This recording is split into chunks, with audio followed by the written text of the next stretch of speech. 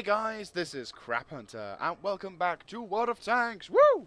And today we're going to be having a look at the SU-100, yes, the Russian Tier 6 tank destroyer, and the prelude before the two other Russian TD lines, the SU line, which I've obviously taken, and the SU-100 M1 line, the less less well-armed, but more agile and more armoured counterpart. So yeah, the SU-100, a definite upgrade upon the SU-85. Certainly, especially now you get to, if you haven't gone up any of the heavy lines, this will be your first taste of 100mm worth of gun, or better still, when you get the top gun, which I won't tell you because it's a surprise. When you get the top gun, you will most certainly make an effective tool, on the battlefield. For a commander or a tank driver who knows how to utilize this vehicle's, mobility and its weapons effectively, tier 7 games and potentially tier 8 games, you can make a very nice impact on them. Very much a nice impact on them. So, before I do, let's go on to the vehicle details. Almost forgot about that. So, the SU-100 self-propelled gun on the basis of the T-34-85 and the SU-85, with the total of 2,495 vehicles produced from September 44 to June 45. So yeah, in real life this thing was probably a big-ass gun that would blow shit into stuff, so the TD in this one, so it kind of does the same thing. So yeah, let's get started. So, onto hit points. You have 580. Yeah, that's not many hit points. Not much of an upgrade from your tier 5 counterpart, which had 350. So yeah, so it's not, even though you're at tier 6, this can be quite detrimental. This can be quite detrimental to your health, because now you're in that league where probably 2 shots from an IS tank, KV-1S tank, artillery as well. If you get hit by that, that will really screw you over. Generally speaking, you've got to play it safe with this vehicle. I mean, I obviously drive like a bat. I drive differently, so perhaps my tactics kind of probably won't make too much sense. But with this thing, don't feel as if you can use your hit points.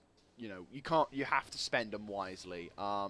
Sometimes everything works out for you. You can potentially dodge, but generally speaking, hit points wise, not so good. I mean, let's have a little comparison though to your other counterparts just to see how bad it is. The ARL V39, a French tier 6 tank destroyer, has more hit points than you. You know this road's going to be quite nasty, right? So 610 hit points, so yeah, 30 better than you. The Nashorn and Jagdpanzer have also got 600 points, so 10 less than the French, 20 better than you. The 88, which everyone knows, that one has 800 points, so yeah, lots of points on that one as well, so not too good for you.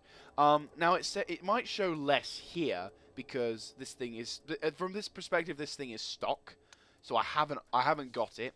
So what will happen? I do know though that it is more than 600 hit points than you, so it's better than you, and the Jackson follows in the same wake. It's better than you.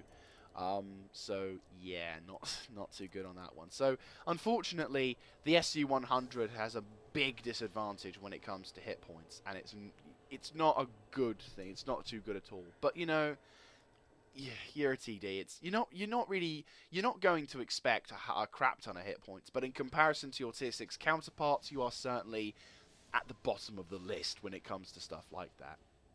So, onto weight and speed. You weigh 33.13 tons with 3 equipment modules attached, and you have a maximum tonnage limit of 38.7. This, in combination with your 520 horsepower, gives you a lovely 50 km/h speed limit. That's pretty awesome, actually. That that you're not a slow tank. That's pretty darn good. You'll be able to, when in battle, you'll be able to get to 45 near 50 within like 5 or 10 seconds after starting off, which is this is quite good. For me, a maneuverable tank destroyer is an effective tank destroyer. Obviously, give or take a few of the other limitations, but still, in my books, I've always preferred tank destroyers that can do this. And better still, you get a lovely 36 traverse speed. This I really like. Any tank any tank destroyer or tank in general that has a decent-ish traverse speed of either like 30, you know, near 30 or above or near 30, I always like, because then I can utilize this thing a lot more than say something which has like 18 traverse speed, 20 traverse speed. You know, I feel I can be a lot more useful in tanks like this because you can just flip the gun left and right, and you can pop targets as soon as, you know, you can swing left and right and knock things out. And better still, if you think 36 is great, imagine what it's going to be like when you have clutch braking. Clutch braking really does help tanks with high traverse speed because it just makes them even more awesome than it was before, and that will certainly make you a useful foe on the battlefield. So yeah, high speed, high traverse, definitely good compensatory factor for the low amount of hit points you have. Now, onto armor. The SU-100 doesn't really gain too much added protection over its previous counterpart, but you know, it's as you're a TD, you're not really expecting, unless you're a British tank destroyer or higher up in TD, you're not really going to have that much armor to play with. But, you know, it's not bad, put it that way. 75 to the front, 45 to the side, 45 to the rear. So basically, the rear and side of you is the same valued armor as the SU-85. But don't forget, you've got a number of advantages which also can help you. First of which, you've got some angling. It's not perfect, but still, angling is there. And second of all, you've got a humongous gun mantler around this section here, which is undeniably going to be armored, and perhaps more than your mantlet. But how much armor? Well, let's go on to Tank Inspector to find out. So here we are on Tank Inspector. Here's the SU-100, and here is its armor values. Let's start from what we see on the stats. So as you can see on this front part, this is the 75mm worth of frontal armor on the vehicle. And as we can aim in it, as you can see, we get roughly 90mm worth of armor added onto it. So it's not a major benefactory boost. If you're in a tier 4 game, like if you're really top tier, and you're facing up against tier 4s, couple of tier 5s or stock tier 5s, you'll certainly have a small advantage over them. But I really wouldn't recommend you take on tanks like that. You've still got to keep yourself a nice little distance. So yeah, not a fantastic amount of armor, but that said, you know, what can you do? You're a TD. Going on to the other parts, the 45mm worth of armor, weak point, pretty much, yeah, it's 45mm worth. There is no angling whatsoever, so you will not bounce any kind of shots. Oh, there's 50 there, the rear, which is kind of interesting. Won't save you, but it's interesting. Where's the 50? Oh, is that the treads? Or is that just some random, miraculous place on this tank? I can't see it anyway. So, yeah, 45mm worth of hull on the side, and of course, 45 to the rear. So, and also, it's underneath the treads as well. So, if you shoot into there, we just show there. If you shoot into there, you get 45mm worth of hull. You also get the 45mm worth of hull to the side. This particular side of the SU-100 is extremely weak because not only do you have the side armor to shoot at, you also got the commander, which has an exceptionally weak viewpoint, and it's just a massive target. So if you have that, if you have the shot on someone with that, take that shot, because you'll potentially kill the commander, potentially hit something very important like an ammunition rack, or kill the loader or the gunner, anything like that. That will severely bugger up this tank's abilities. So yeah, this thing very badly armored on the sides. Don't ever use your sides at all, not even for side scraping. Now on to the more armored things. There's actually quite an interesting section about this tank. First of all, this one here, the little strip around this part of the vehicle. This is the more armored part of the gun mantler. And as if you're wondering what that is in the game, it's just these nuts and bolts surrounding the gun mantler. So it's a very thin strip of 100mm worth of armor. but it's still, it's still a strip of armor. Unfortunately, though, the gun mantlet isn't the 120 millimeters you might think it is. It's actually this tiny little strip down here. Almost insignificant, but for some reason they decided to make that the most armored part of this vehicle. Not really sure why. I mean, it's not a bad counter if you are trying to go for the underglaciers of this vehicle, but to be honest with you, I, I have never once gone for the underglaciers of an SU-100. I mean, tactically, yes, it makes sense to go for an under vehicle's underglaciers, but because the rest of the vehicle, when I have it in my sights, generally isn't that armored, I don't think it's important to go for it when you can just put a couple of shots through here, the commander's hatch, the side of it, tracks, whatever. Just don't really need to worry about it. So where is the armor on the gun mantlet? Well, it's actually from the 75 millimeters worth here on the gun mantlet. So this, in combination with your 75 millimeters worth of hull armor, gives you roughly over 150, possibly to 180 millimeters worth of armor. If you can see the extra light shade of, if you can get the shot to land right there on the gun mantlet, pretty much near dead center, you have a higher chance of getting you have a much higher chance of getting an automatic bounce on this thing. So certainly try and use, if you're in close combat with someone, try and get them to shoot the gun mantlet, because obviously this thing is a very, very well armored part. In fact, this bit as well apparently is an automatic ricochet, which is pretty awesome. So upper part of your gun mantlet, try and get them to shoot that little bit there. So certainly, yeah, as I said, the gun mantlet isn't very well armored, but you can have a high chance of ricocheting something if you get them to hit this part of your vehicle. And as it's quite a big part of your vehicle, you can, it's not like a humongous part, it's not like an SU-152, but you can certainly utilize this to your advantage to help you increase the chances of a ricochet. Now, going on to, for those wanting to shoot at this thing, well, you've got a variety of targets. Say the average engagement distance is about, say, yonder. So basically, where you want to aim for, well, first of all, you want to go for this point here. This bit, if we go into the collision model, is less armored than the 75. It is 65 millimeters worth of hull armor, and as you can see, it is also the driver's hatch. So to be able to get a shot into there would undoubtedly cause some damage, potentially knocking out this vehicle's capabilities to any of this vehicle's maneuverability.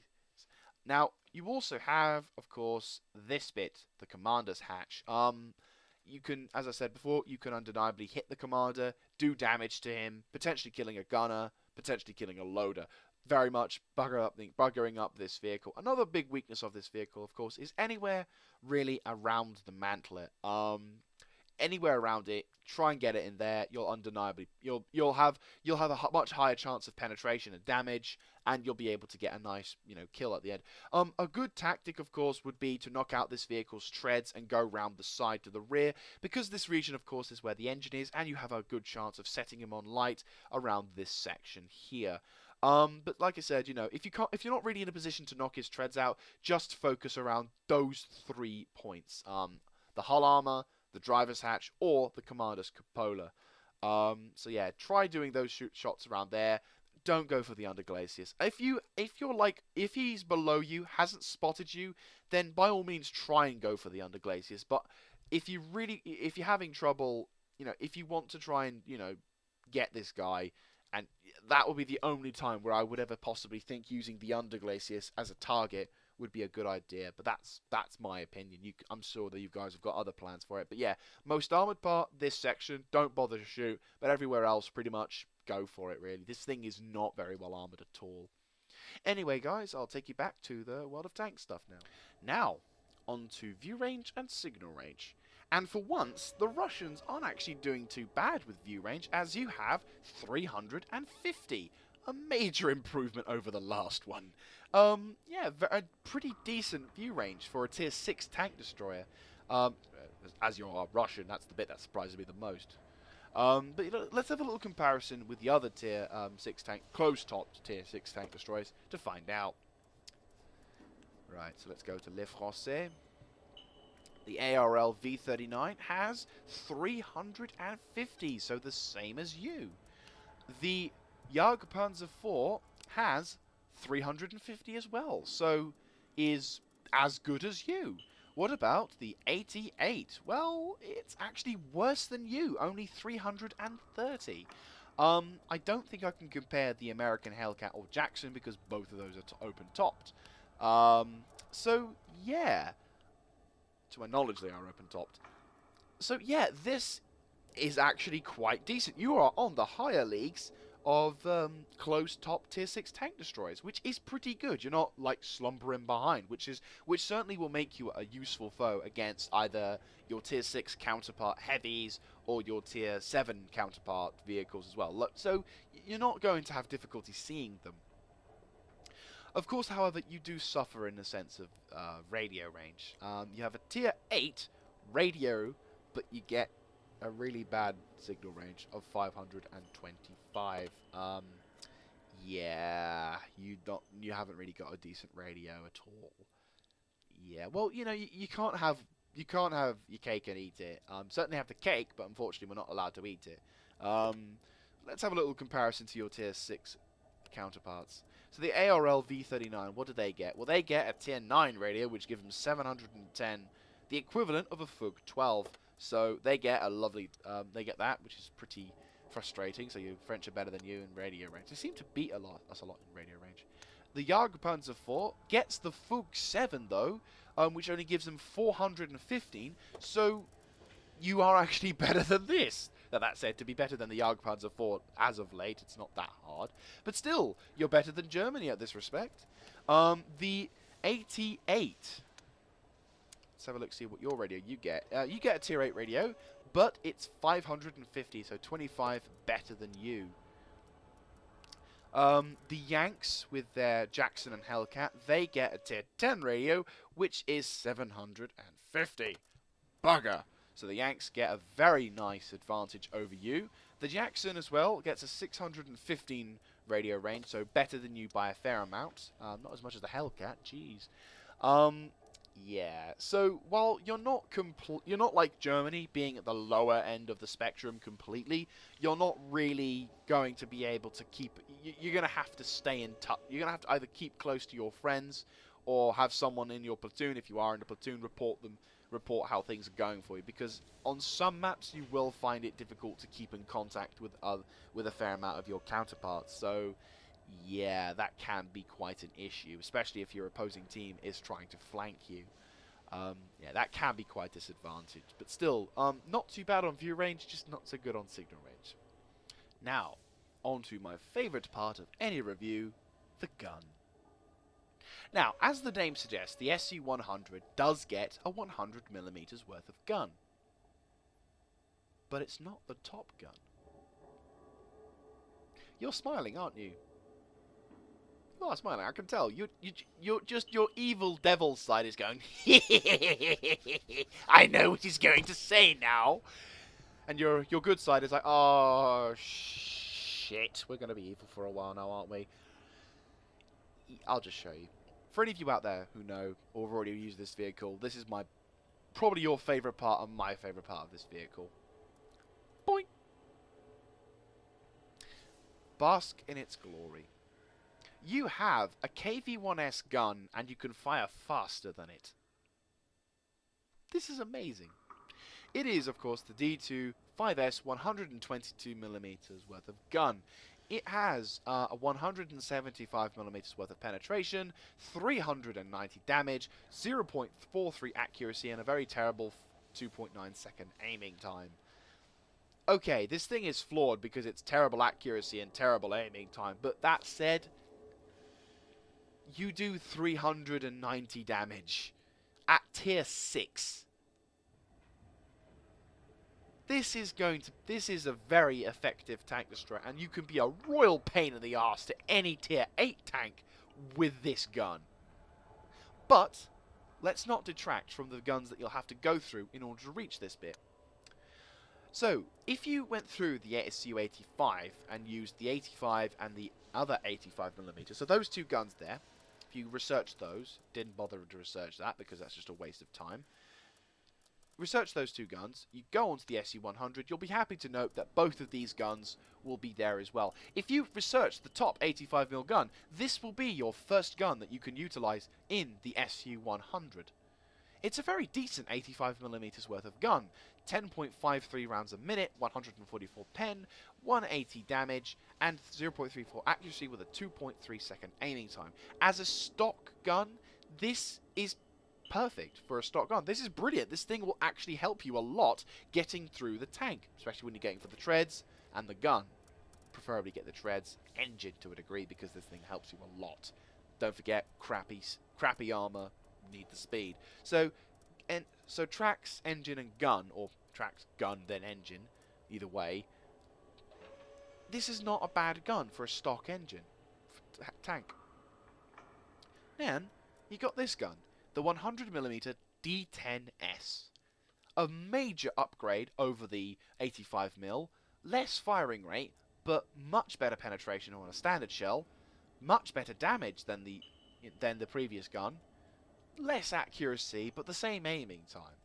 So as a second gun, this is not bad. This is certainly a useful gun to be used against tier 6 and 7s. And you will still go into tier 8 matches. But for a tier 6 tank to have 175mm worth of pen, this will help you out a lot. Most certainly. So once you've gotten through this gun, you're on this gun for a while. This gun does take some time to reload.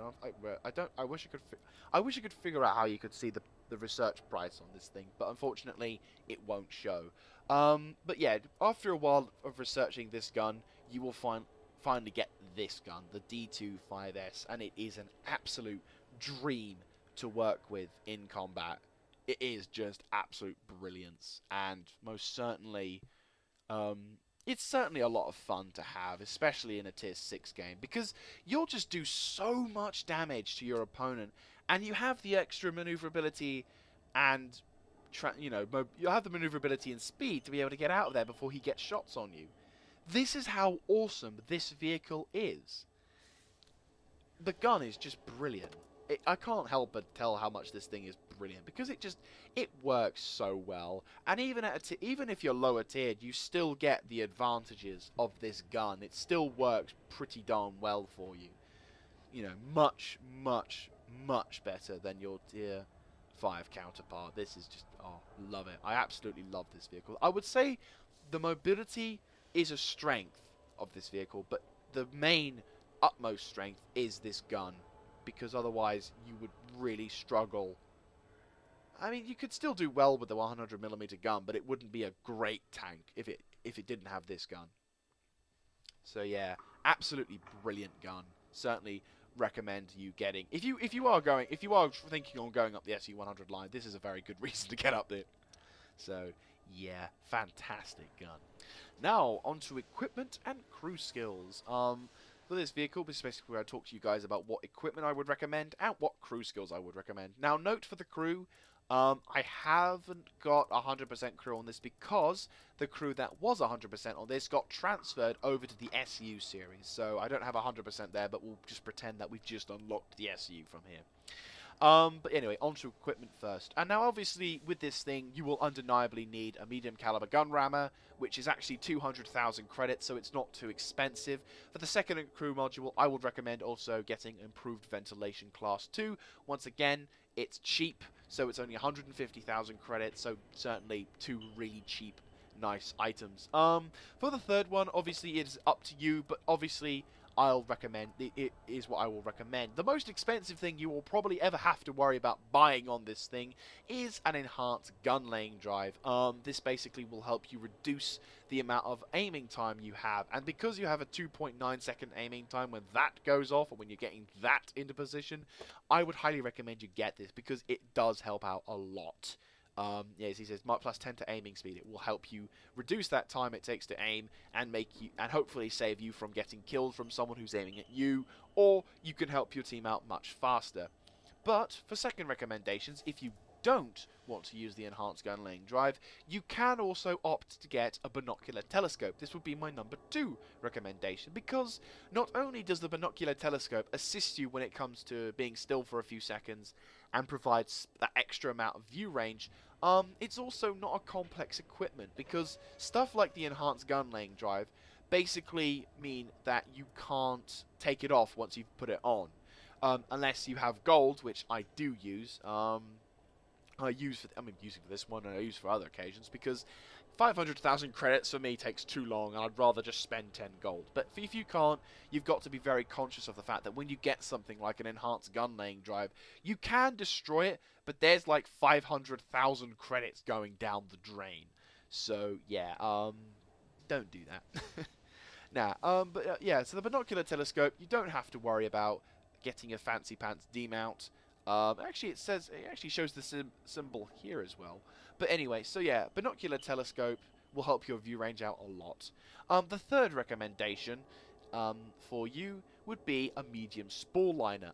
This basically adds an extra 25% of armor to your vehicle from ramming and explosion. So if a scumbag wants to try and nab you for an easy kill, he'll be sorely disappointed. Another useful benefit to the medium spall liner is that you get 25 added protection to the crew from injuries. So if a shell hits you, i.e. high explosive, or someone rams you, or you fall down the cliff and you're a twat, your crew won't be injured in the process. So that's not too bad either. The last one I would recommend, but not really 100%, would be the camouflage net, because when that goes off, you'll want some place to hide. But in all fairness, there are much better stuff to go for. Afterwards, really, I mean, you could fill the tanks with CO2 if you have a fear of fire, cyclone filter, all these kind of fancy pants things, ammunition rack. All of this stuff, really, it doesn't really, I don't believe your hit points really warrant, I don't think it would really warrant stuff like that to be added to your tank, because you've only got 580. So 500,000 credits to try and fill your tanks with CO2, I really don't think it would be necessary. In my opinion, of course, but still, you know, each to their own. But that would be my highest recommendation. So to recap, number 1, get an enhanced gun laying drive. Number 2, binocular telescope. Number 3, medium caliber not that one, medium spall liner. Or 4, camouflage net. But those 3 there, high priority. Now, going on to the crew as well, once more to remind you, I had to transfer the crew from this vehicle because I researched the SU-152 a long time ago, so I already transferred the crew. But this is what I would recommend for your crew. Now, as you only have 4 members of crew here, your radio man, disadvantage of this vehicle, you don't have a radio man slot. This really sucks because you have 1 less person researching repairs. But for your commander, he also acts as the radio man. What I would recommend is you to get repairs on him and get them up to 100%. But before dropping the skill to go to 100, you'll want to get something like another simple, not really important skill and train that up to about 40-45%. The reason for this is when you drop a skill and you try and get something like Sixth Sense, you take a small penalty for dropping said skill in favor of another. So what I recommend you do to avoid you getting stuck on like 97 or 95% on Sixth Sense is to basically get your one skill to 100%, then train another skill to nearly halfway there before you get on to using the Sixth Sense. Once you've got Sixth Sense, go straight back to repairs or get, pardon me, situational awareness. To be honest with you, your view range is perfectly fine for what it is, so probably something like repairs again, and then, you know, either jack of all trades, mentor if you want, or eagle eye. But generally speaking, getting Sixth Sense is the most important thing for your commander to do. Once he's got it, you can kind of relax about most other things. Perhaps using signal boosting to help improve that signal range wouldn't be a bad idea, but only after you get Sixth Sense. Because otherwise, when you swap signal boosting, you lose all that extra signal range. Going on to the gunner, once again, train him for stuff like repairs. Get him to another simple 44. Then once that hits 100%, get him to train up another skill of like 40% of camouflage or anything like that. And then once you've done that, swap it out for Deadeye. This increases the chance to cause damage to enemy vehicle modules and crew. In short, to bugger up a tank is not to kill a tank, but instead to severely hamper its abilities to fight. After which you want to do the same process again, only this time once you've gotten the 100% and 40% on camo, you want to swap it out for designated target. This basically makes your opposing vehicle marked and spotted for an extra 2 more seconds. This allows either you or your team to get the kill and knock him out of the game. After that, nothing too impressive. Don't worry about snapshot, you don't have a turret.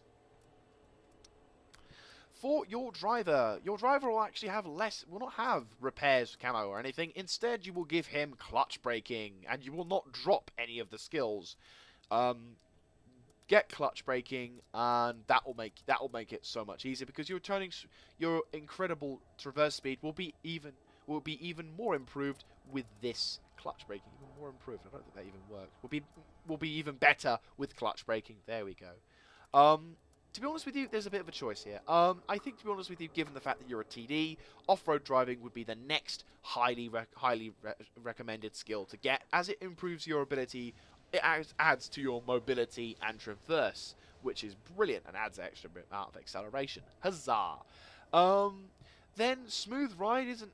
Well, I wouldn't recommend it for this thing. There are occasions when shooting at a vehicle on the move is required, either if you're in the town of Ensk, or you're in Ruinberg, or you're in a situation where you are driving there is an opponent in front of you and you aim. I'm actually got a replay where that works rather well.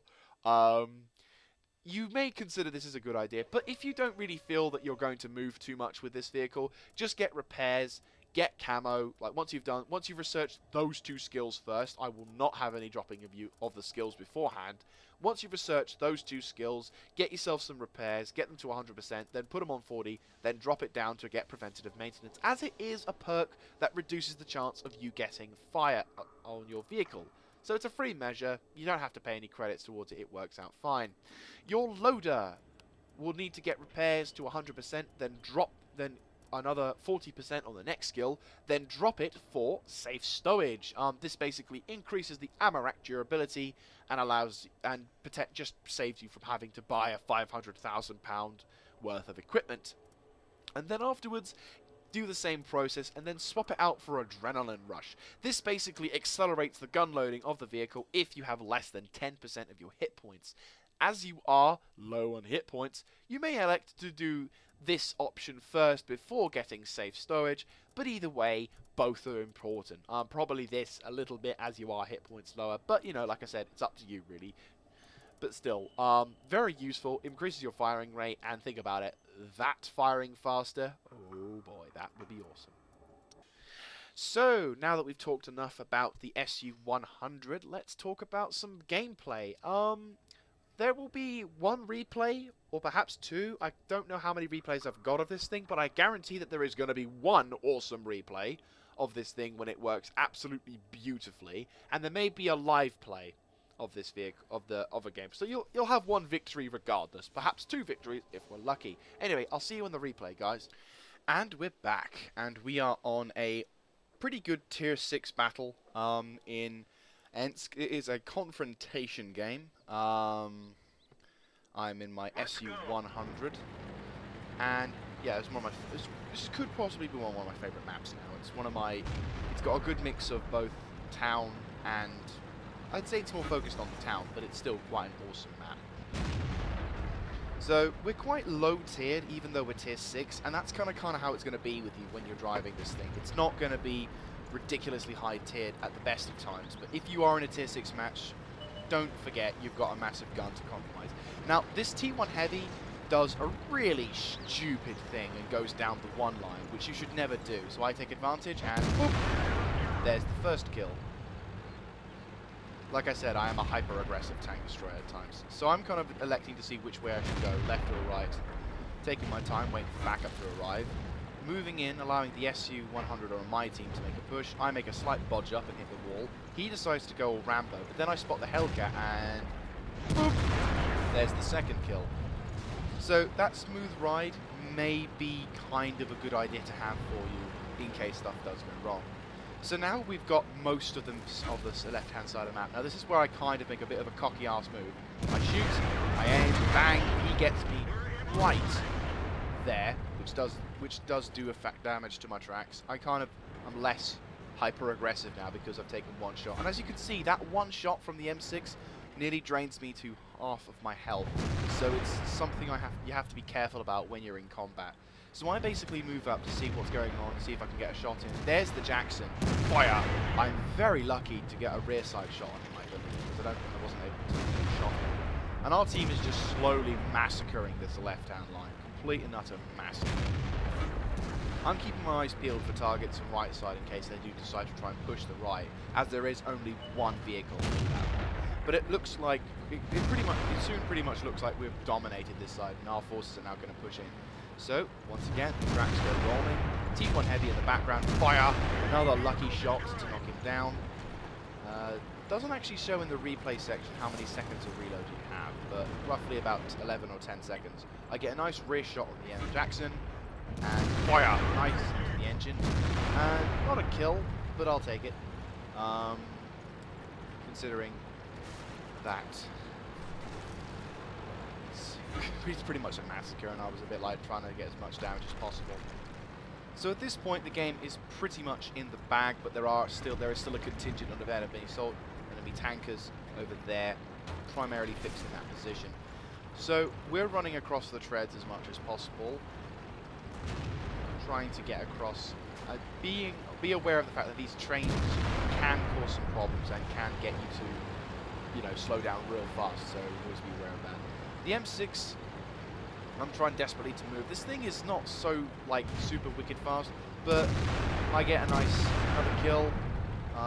Traverse speed, once again, if I had better clutch braking and better crew, I probably would have been able to maximize my speed. So, unfortunately, our KV-1S driver gets tracked right at the wrong moment because the KV-1S behind him shoots him for friendly damage. But this actually helps me out because, bang, there's my 5th kill. Not much damage, but, 5th kill, much higher. Now, here is the last desperate phase of the game. I realise that there are so many of our tanks and so few of theirs, and I'm thinking, can we get a Top Gun? Can I try for a Top Gun? I'm quite a distance away, but I'll go for it. And so the enemy Hellcat is bursting along. I could have taken a shot there, but I elected not to because I knew some tanks were going to do some damage, and that would have just resulted in me getting lots more damage, but just not so much to kill. So this A43 is hammering on in there, trying to get the kill. I'm desperate to try and get it in. The A43 gets one more shot, and I'm like, no! Thump! There's the 6th kill. So I actually do quite a nice circumnavigation of the entire map, getting 6 kills, and nearly over 2,000 damage. And at this point, our T-3485 wants to try and cap, but there's only one guy left. I'm sending a message to him saying, don't cap, please. There's only one guy left. There he is. We found him. Pointless you trying to get as many cap points, but that said, he might not have done too well. So that was a really quick game, less than 5 minutes, and I get 6 kills, doing a crap ton of damage. Now that said, this is confrontation mode.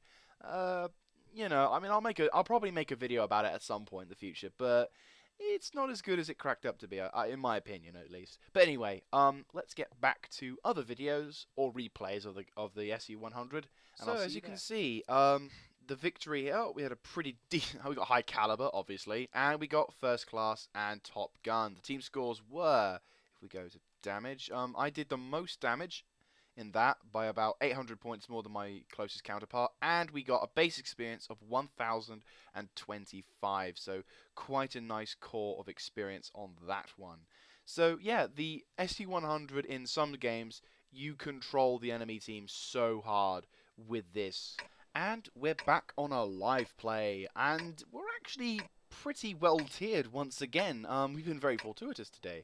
But now, basically, the worst kind of tiering you'll get in this tank is tier 8.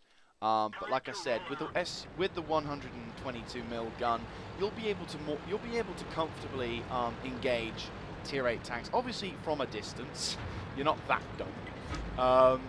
against them. A tier 7 game, you know, kind of the same deal, but once again, you have the better pen of most vehicles, ironically. So you'll be able to take on tier 7s and tier 7 tanks, even tier 7 heavies.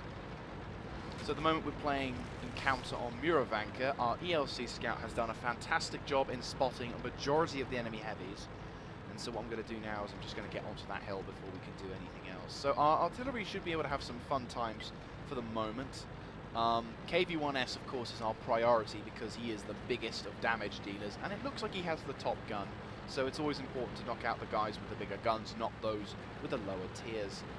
Unfortunately, a number of our heavies are camping at the moment, it would seem, or at least not being active enough. I'm going to be cheeky here.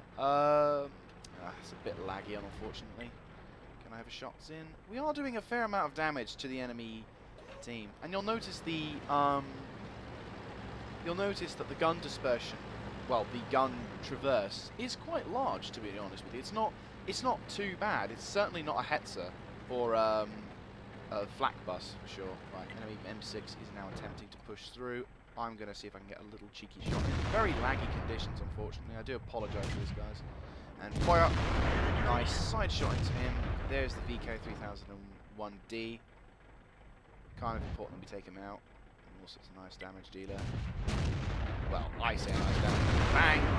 He is down. So roughly 11 seconds at the moment. Not got the 100% experienced crew. There is a TF5. Do I have a shot? Not really. Unfortunately, now the enemy are now starting to take defensive positions inside the cap. Our KV-1S, luckily, we have two KV-1Ss, otherwise I'd be a lot more concerned for the fact that that guy's getting his arse handed to a degree. There is their KV-1S that I was fearing about. I recommend shooting at him. He's got a longish reload, so now we've got to take position and get the hell out of dodge once we fired. Fire! Unfortunately, he just disappeared as I... Ooh, someone's being cheeky and having a shot. I gotta move. Oh, god damn it, I wish I had the bloody tread. Right, move. Right, get down. Right, okay, cool. Yeah, so clutch braking I really could do with right now, as it is a lifesaver to an extent. Artillery, once again, trying to have a go, but already taken less than maybe 3 shots, and already I'm in my more critical state of health. The enemy team are now camping in the forest, so now I'm probably just going to try and cap the base, lure them out, because hopefully if our team knows what they're doing, we could potentially save this. I'm kind of doing something stupid here, and reversing up the hill, giving my front and sides to the opposing forces, so we're going to have to be careful about that. Our team is for some reason determined to try and go into the forest to deal with them, but we really do need to try and cap to put pressure on them. Oh, Jesus Christ, lucky ricochet. Right, there's the Chinu, left side. He's got me on a... Yeah, he wants me. He wants to kill me. Bang. Shot goes wide. First shot we actually missed today as well. Actually, no, second shot. Oh, for fuck's sake. Scumbag. Yeah, I know. Trying to type to help the teammates out. The best thing you can do is just ignore it, otherwise shit like that happens. So unfortunately this game is not going too well. We have the advantage, it's within our grasp, but unfortunately we're not taking advantage of it because I don't know. Well, they are spotting us for damn sure. Certainly. Right, there's that Jumbo. I have a shot on him. Nice damage roll. There is the KV-1S. Should have spotted him as well. I should have really focused on him. Can we get a shot in regardless? Take your time. Should send. No, the gun does not destroy him. I must have bounced off his gun, or worse, ricocheted. Okay, so bounce off, retreat. Yeah, for fuck's sake. Losing this one because no one's paying attention to this sodding objective.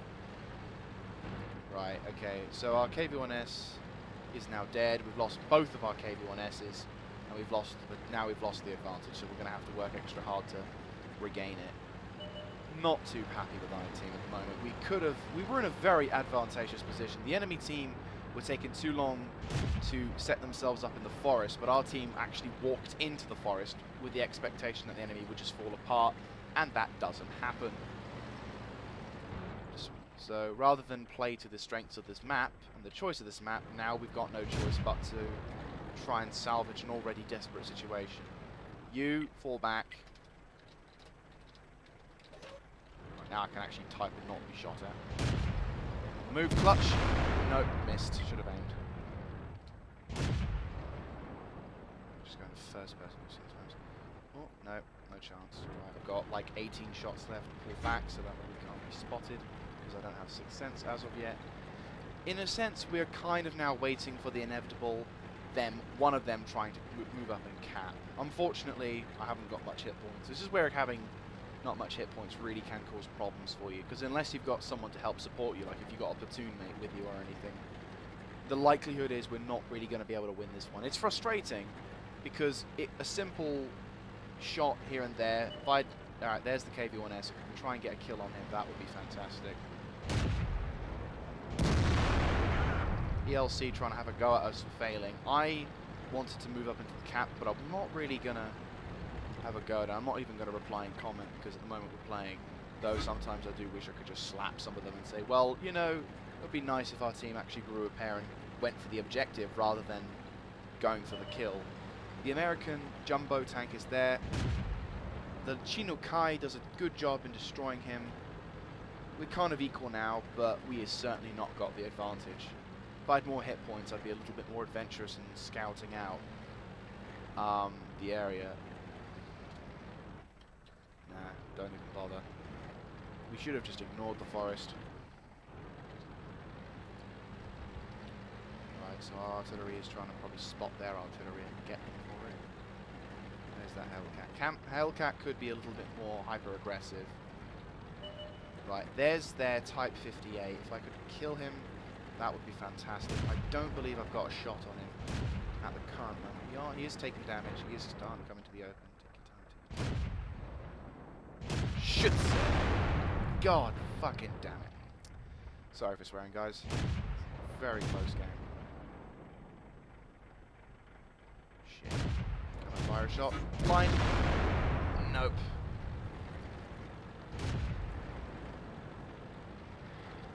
We've lost our tier... good thing I withdrew. We lost our tier 6 heavy, so now we are... Right, well apparently that Cromwell is AFK in the base. So if we can just knock out that T-58, we might be okay.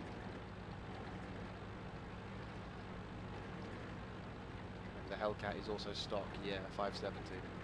Was that actually its hit points? Upgraded. Oh, so you actually have more hit points than the Hellcat. Fair enough. Hummel got knocked out, unfortunately, probably because the Type 58 spotted him. Ah, sod it. Die, I might as well try and die advancing, because they're probably camped out in that section there. And this is where it can get really sucky. We're all cooped up, we can't move out. No one's got the balls, and I want to move up, but I don't want to die for a needless cause. Fuck it. If I'm going to die, I'm going to die.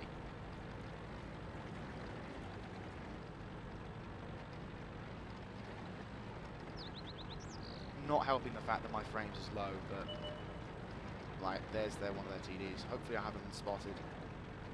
Get into some solid cover. Swing around, get into some cover. Good job. Right, Hellcat.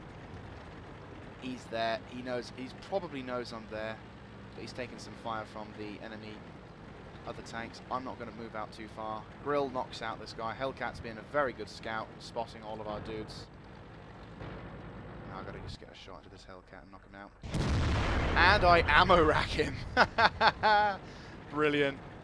Right, okay, so now we've knocked him out. The game is probably still lost. SYSU. Right, okay, focus. Probably can.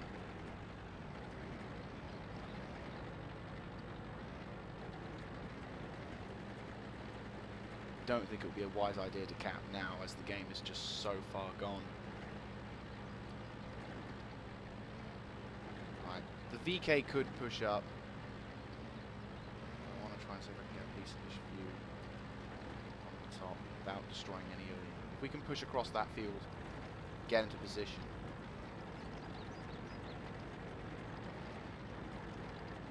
Right, not going to take the bait on that Cromwell if he is AFK. really not liking the lack of frames. Right. There we go. Not going to take the bait though. They're going to know that we'll try and shoot for it. Frustratingly as ever, they're just going to camp inside the forest. Our VK is not really being clever and trying to cap, but he could put pressure on the enemy team to come out and shoot. Then our artillery has just sealed the deal. Our Hellcat could be a little bit more productive and move up, provide support, but right now I just think the game's pretty much lost, which is really frustrating. Don't really want to go into an open field. Our Hellcat is now finally moving up from his camping position. Probably going to get shot by the SU. No, I'm not going to go to the bloody... There's the little bastard. Right, okay, cool. I got one shot. What the fuck? Game. Fine, I will take an extra few seconds to get this one shot. Finally got the kill. I've no idea why that took so long, but it did. Really don't like this lag. Sorry guys, I'm just getting really frustrated at the fact that my computer is failing to even produce decentish gameplay. This is getting incredibly tight. If we knock out the SU-100, we pretty much, I mean the enemy artillery done a stellar job in defending, but you know, once again, it's going to be a case of we're probably going to have to be exceptionally careful. We can't knock over any trees. You know, it's quite simply, you know, if we knock over a tree, a bush, or anything, artillery. Apparently the KV-1S, who didn't exactly contribute much to the game and died relatively quickly, apparently is calling us a noob team, even though we're still alive, desperately trying to salvage the situation. The enemy are trying to cap. Right, well, we've got to knock out that artillery, regardless. Right, there's their Cromwell. Don't shoot the Cromwell. Just focus on artillery. We can knock Artie out. Saving grace. Don't. Oh, you fucking idiot. Right, artillery is possibly... Don't do it, mate. You're just giving... You may be getting free damage, but you're also telling the enemy where you are. So now they know one of us is nearby inside the camp. The enemy are possibly have moved over towards the other side now, so they're all probably camping up in that one area. This is really tense, guys. I am hoping you are enjoying this. This is quite... This is turning out to be a lot longer than I had previously wanted. I kind of thought it would be a quite simple game, whether it was a win or loss. We've now got less than a minute to do it, so we now have to kill them. The SU-100 has to die. Well, to be honest with you, artillery has to die, because all it would take is one slight damaging shot. Right, so don't go through there. Go across the right-hand side. Hellcat, try and see if you can get up there and flank. Artillery, the scumbag's going to be nearby now. We've got less than a minute to cap. They're not going to be able to cap in the time. Yeah, I know. Come on, Hellcat, push up.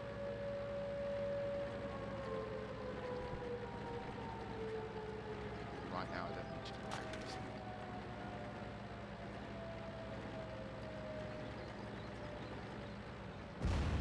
Artillery is firing. I might have just been spotted. Peek over the top. Nope. And there's scumbag number one. Really do not need to cock this up right about now. Fuck's sake! God damn it! And they played us like a fool. God damn it.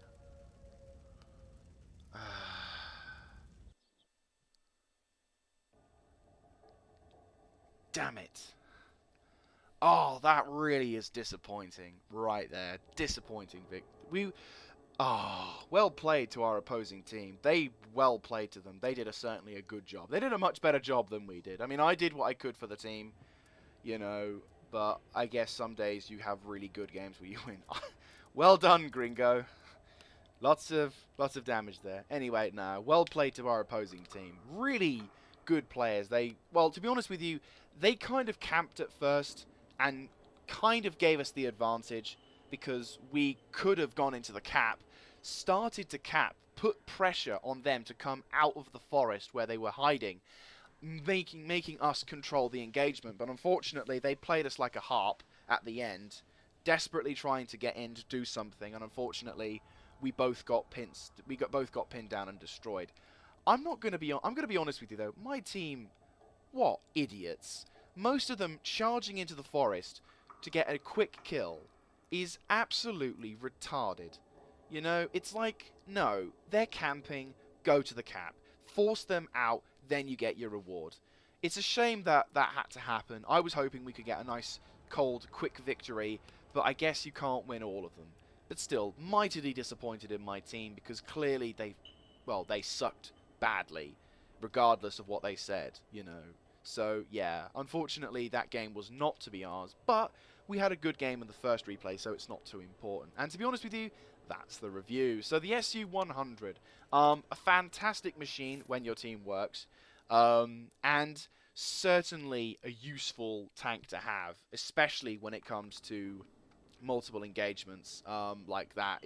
Generally speaking, it's a very good tank. The higher tier you go, the less aggressive you can be. So, I mean, to be honest with you, you can't really be aggressive in the first place to begin with. Your very low hit points put you at such a disadvantage in comparison to some of the other tank destroyers out there. But your gun, your mobility, and hopefully your nous will help you a lot when it comes to knocking out opposing tanks and hopefully getting the shots in to be able to destroy your opponent. You'll just be hopefully able to provide that extra support needed for your team to break through and destroy the enemy side and hopefully win the game.